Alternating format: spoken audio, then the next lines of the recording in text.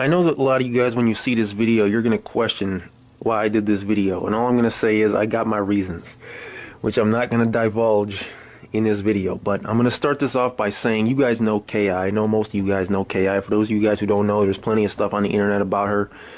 The female assassin from EBT, you know what I'm saying, Taekwon World, STL, Jar, all of them are together, you know what I'm saying. But she was from EBT. But she was turning up big time for all her homies, especially Taekwon. Her nickname was Taekwon Assassin. Now, people thought that FBG Butta and her were blood twins or something like that. They're not. They look alike, and Little J called them the twins. K.I., though, does have a blood brother, okay? And he's younger than her, and you can see the resemblance. I'm going to put up pictures of him here.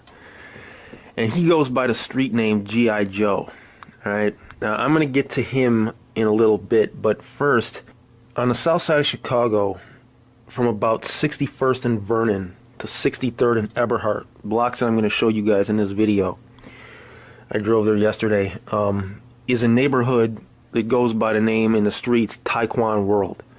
Now, for those of you guys who don't know, Taekwon was a young man who was killed over there some years back. Basically, they're all together, STL, Tukaville, EBT, Taekwon World, that's all basically the same thing. Those are just like blocks that are all together in the same hood. Now, I had originally heard that K.I. was EBT. I've also heard that she was just STL and Taekwon World. It's not important, but she definitely claimed Taekwon World, and I'm pretty sure that she was STL and Taekwon World, and her brother, G.I. Joe, is STL Taekwon World, and another guy who I'm going to talk about a little bit later on in this video, one of Taekwon World's top hitters, a guy named Wooski, who's currently locked up. I did another video on him as far as a case update. He's also STL in Taekwon World. So Taekwon World can also claim like STL's hits because these hoods are clicked up. Now, here's the thing. Jaro, okay, you have to distinguish between these hoods though, because they don't all have the same affiliations. Like, for example, EBT and STL are GDs. Okay, Taekwon World, most of the members of Taekwon World are either Stones or insane BDs. Now, STL and EBT are just straight GDs. They're not even insane. But most of the members of Jaro, though, are BDs. Okay, so again, Jaro are BDs, Taekwon World are either Stones or insane BDs, STL and EBT are GDs. Okay, so this is why it's important to distinguish between these hoods. Now, there's one member, though, of Taekwon World, who only claims Taekwon World and not something else too. There's one member of Taekwon World who is a GD, who's not a Stone or an insane BD. And he's a guy by the name of TB. He's one of Taekwon World's top hitters. I'm going to talk about him a little bit later on in this video. She took the nickname Taekwon Assassin after he was killed because K.I. and Taekwon were really close. Okay? Now, there's a member of Taekwon World named Richie Jerk. He is Billionaire Black's blood brother. Okay? And now, here's the thing. Billionaire Black is the guy who was accused of snitching by Titi Binez, who's Suwu. Suwu is clicked up with 051 Young Money, okay? Jaro City and 051 Young Money are also close, okay? There's also ties between those two gangs. So when Titi Binez was saying that Billionaire Black was a snitch, it's like 051 Young Money was saying that he was a snitch too. Alright, now, again, 051 and Jaro City are close, and Jaro and Taekwon World are close. This has been causing tension between Jaro City and Taekwon World because this guy Richie Jerk, Billionaire Black's blood brother, he's like the big homie for Taekwon World. Alright, now, you heard Titi Binez referring to him in one of those videos. Alright, now, his real name is Marquise. Okay, Richie Jerk, I guess that's his street name or whatever. Now, the top hitters for Taekwon World, Taekwon World, you guys, this is like one of the sets on the south side that's putting in like the most work.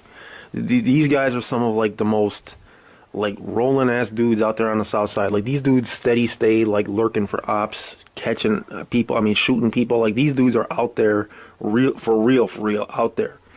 Taekwondo World, man, they got a lot of like for real hitters. Their top hitters are probably Wooski, who's currently locked up. Now Wooski, he has 3 bodies that I know of, and he also tried to kill a white cop. Another guy who's a top hitter for them is a guy named TB. Okay, that's his initials. His real government name is Terry Berry. He used to like mess with Oblak Ocho inside of Dunbar. He's got 2 bodies that I know of, and he also shot one guy in his face for dissing KI. A guy named LC, a guy named Poppy.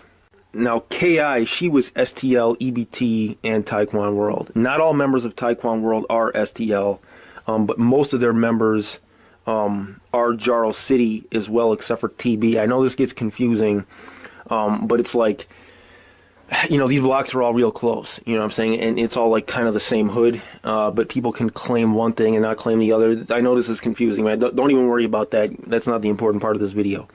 EBT is 64th and Eberhard, and I'm going to try and drive past this in this video if I can get there. Billionaire Black, like I said, his brother is Taekwondo World / Jarl City, and that whole incident where he, you know, allegedly snitched on him happened back in 2010, 2011, when they were both still Welch World, okay?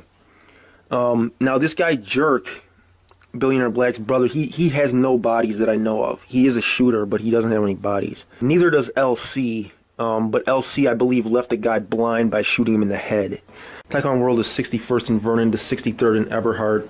Just know that EBT, when you're talking about EBT, STL, Tukaville, TW, Taekwondo World, these are all like the same thing. These are all like clicked up blocks in the same hood.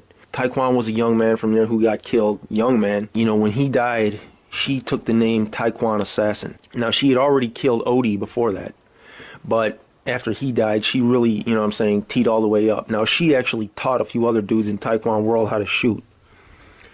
And here's the thing. The guy that D. Rose is accused of killing, Venzel Richardson, he was from Jarl and Taekwondo World. Like, he was claiming both of those, okay? He was probably more Jarl than Taekwondo World, but he was claiming both of those. And he was homies, like real close homies with TB. Now, I know that we had posted a video on my homie's channel. I was going to start a series, and I'm probably going to keep on going with this series about, you know, the top, like the dudes who are really out here the most for real in Chicago. He was the first one we were doing. He's a guy who went to Dunbar. He used to mess with Oblak Ocho a lot inside Dunbar. He actually ended up graduating from Dunbar.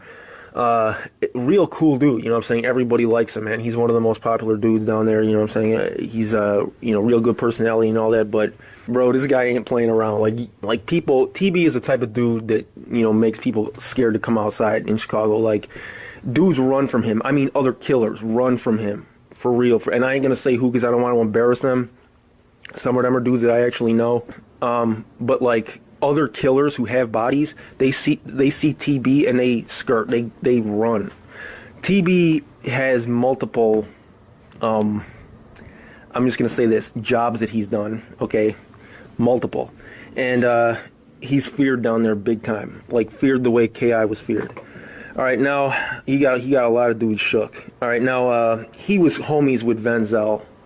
Okay, with Venzel Richardson, the guy from Jarl who D. Rose is accused of killing. Now, again, D. Rose did not really do that hit. It was done by a guy named Lil Los from Front Street, whose real name is Carlos Johnson.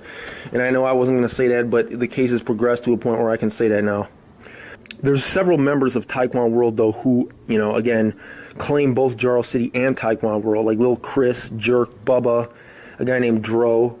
You know, and this makes the whole situation even more complicated with the fact that they're clicked up with 051 Young Money, who's now accusing Billionaire Black of snitching, when Billionaire Black's blood brother is one of the big homies for Taekwondo World. All right, but anyways, getting on to some of the stuff that I was going to, you know, this is all information that I'm building the scenario for you guys for what's going on now. Now, FBG Butta was often called, or he was often referred to as KI's twin. He was not.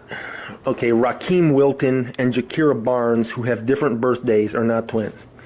Whether they're distant cousins or something like that, I don't know, but I don't even think that they're blood related. However, K.I. does have a blood brother. Okay, she does have a blood brother, a younger blood brother. And I'm not going to give his government name in this video, but I'm going to put his pictures up here. You can see the resemblance. I mean, it's like he looks just like her. He calls her Twin-O. You know, he calls her his twin. That video that I had dropped earlier about Big A from O Block being killed, you know, I edited this out of the video, but at this point everybody knows. So, you know, there's no point in even, you know, dancing around this issue anymore. Big A, whose street name was ASKI, A-S-K-I, for Ask K.I., he's the one who killed K.I., okay, and everybody knows this. Now, he was caught at Sammy's restaurant, you know, a couple months ago, like I had put that video up. And I had originally not said who had done it. I had originally suspected that it was one of Taekwon World's two top hitters. Okay, now, Taekwon World's top hitters, one is that guy TB, another one is FBG Duck's older brother, who goes by the name Number 30, or FBG Brick, and they just dropped a song together, as a matter of fact. Now, exactly what work Number 30 has put in, I've heard about it, but I don't have it confirmed, so I'm not going to say anything. I mean, I'm not going to say anything about specific quote-unquote jobs that guys have done in this video anyways, but just know he's one of Taekwon World's top hitters. Him and TB, they're probably, as far as the guys who are free, they're the ones who have put in the most work for them. Now, another guy who's coming home soon for them, who's a hit, is Seaball. Now, guys, I'm not going to say who killed Big A, okay, from O-Block. I'm not going to say that. I am going to say, though, who did not kill him. When I did not say this ever in a video, but when I heard that Big A had gotten killed, my initial suspicion was that it was either TB or Number 30, because again, these are Taekwon World's top hitters. I had thought that it was either one of those two. I was wrong. I was wrong. It was not either of those guys. Now, another guy who's one of Taekwon World's hitters, the same guy who I'm not going to name, the same guy who shot up 051 and 800's block, also, the word on the street is, got a guy named Cheno from O Block. All right. Now, MOE, they're set from 57th and Union. This is kind of some interesting stuff. They called Taekwon World to kill Cheno when he was on MOE's block. All right, and allegedly it was the same guy who had shot up 051 and 800's block. Now, Cheno again was O Block. Taekwon World also shot a guy named Troy just the other day, but he just got away. He was shot in his arm and his leg. Taekwon World has only killed one guy from O Block so far. They've done a lot of hits on other people, and they've shot a lot of people, but they've only killed one guy from O Block. Cheno was killed last summer. Now, Cheno had family in MOE, but the majority of them didn't like him since he was a BD from O Block, and O Block rocks with Folly, who's into it with MOE. You gotta remember, Folly is Stones. They're into it with MOE, who are GDs. MOE's over on 56 and Emerald as well. Alright. Now, today in 2017, besides all this other stuff that's been going on in the past, G.I. Joe, K.I.'s younger brother, and TB are basically riding around. They're out there lurking every day looking to catch people. Alright. These guys are for real hunting. And you guys know that Jaro and O Block had a truce brokered by a pastor over the summer. How that's holding up, though, not too sure about that.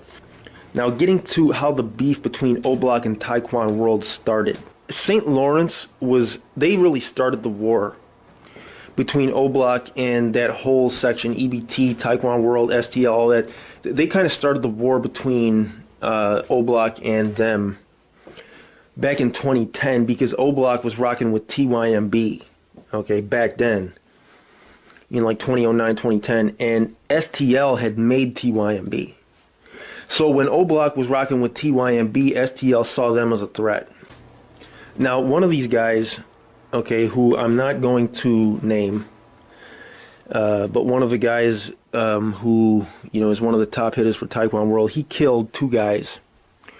He killed a guy named Melvin Cook from Nico Gang. He also killed a guy named Capo from Front Street. Now, that's not GBE Capo. Okay, this is a different Capo from Front Street.